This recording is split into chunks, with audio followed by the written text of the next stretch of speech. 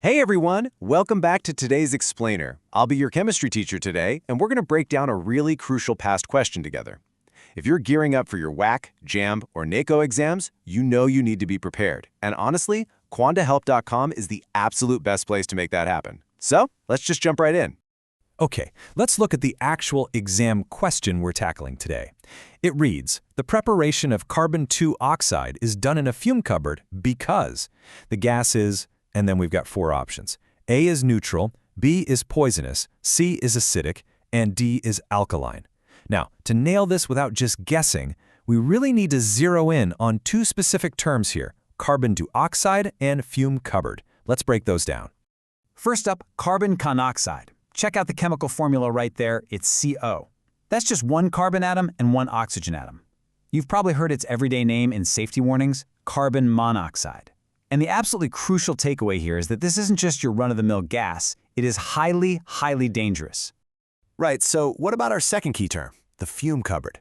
Think of a fume cupboard as basically a dedicated safety chamber. You know, when an experiment cooks up something nasty, you do it inside this specialized box. Its entire job is to literally suck those harmful gases away from the lab air. That way you and everyone else in the room don't end up breathing them in. So why exactly do we need this heavy-duty safety chamber for carbon monoxide specifically? Well, let's look at the chemistry happening inside your body. On the left side, we've got normal transport. Your body takes oxygen, O2, combines it with hemoglobin in your blood, and that safely delivers oxygen to your brain and organs. But look at the formula on the right. When that dangerous gas enters the mix, CO plus hemoglobin completely prevents oxygen transport.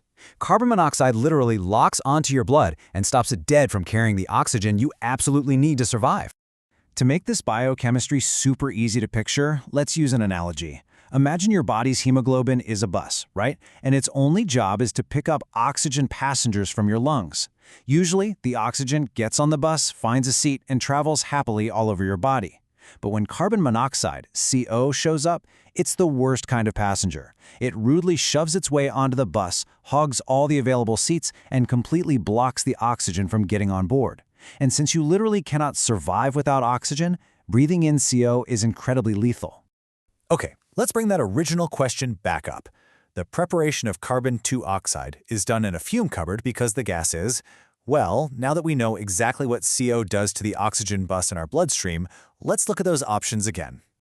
Let's logically cross these out one by one. Option A says neutral. Now, CO might not act like a strong acid or base, but just being neutral is definitely not a reason to use an extreme safety chamber. So A is out. Option C, acidic, chemically incorrect here. Option D, alkaline, also incorrect. That leaves us with option B, poisonous.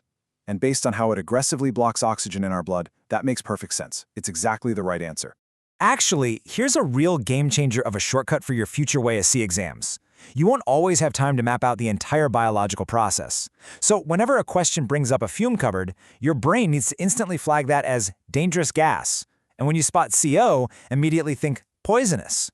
Put those together and you can confidently skip straight to the solution. Fume cupboard plus CO equals poisonous. Boom, answer B. So, just to lock this in definitively, the preparation of carbon monoxide is done in a fume cupboard precisely because the gas is poisonous. Option B is absolutely your final correct answer. Before I test your memory, let's do a super quick recap of the whole shebang. Number 1, carbon-2 oxide is CO, also known as carbon monoxide. Number 2, CO is highly poisonous because it steals the seats on the hemoglobin bus and blocks oxygen in your blood. Number 3, fume cupboards are safety tools built specifically to protect us from those harmful gases.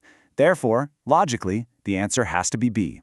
All right, let's see how closely you were paying attention. Time for quick quiz number 1. Carbon-2 oxide is also called what?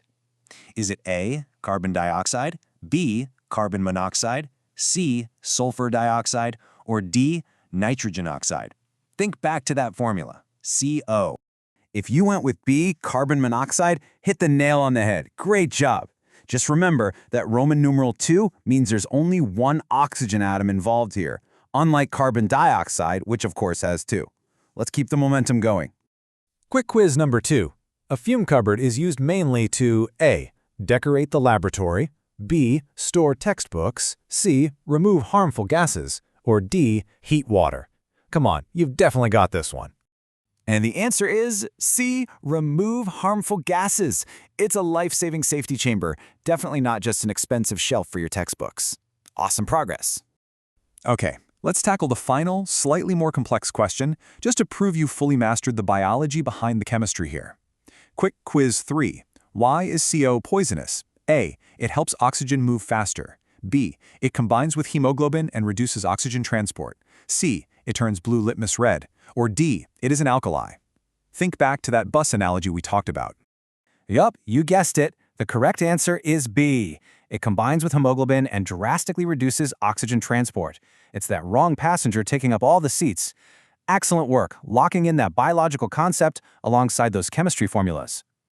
Really well done today, everyone. You've completely mastered this WASI Pass question. I highly recommend heading over to QandAHelp.com for a ton of other in-depth WAEC, JAMB, and NECO explanations just like this. They literally take scattered past questions and turn them into a fully organized library for your success. But before you go, I want to leave you with something to chew on. Since carbon monoxide is completely invisible and odorless, what other invisible dangers might be lurking right now in your chemistry lab? And how do everyday safety tools silently protect you from them? Keep learning, stay curious, and I'll catch you in the next explainer.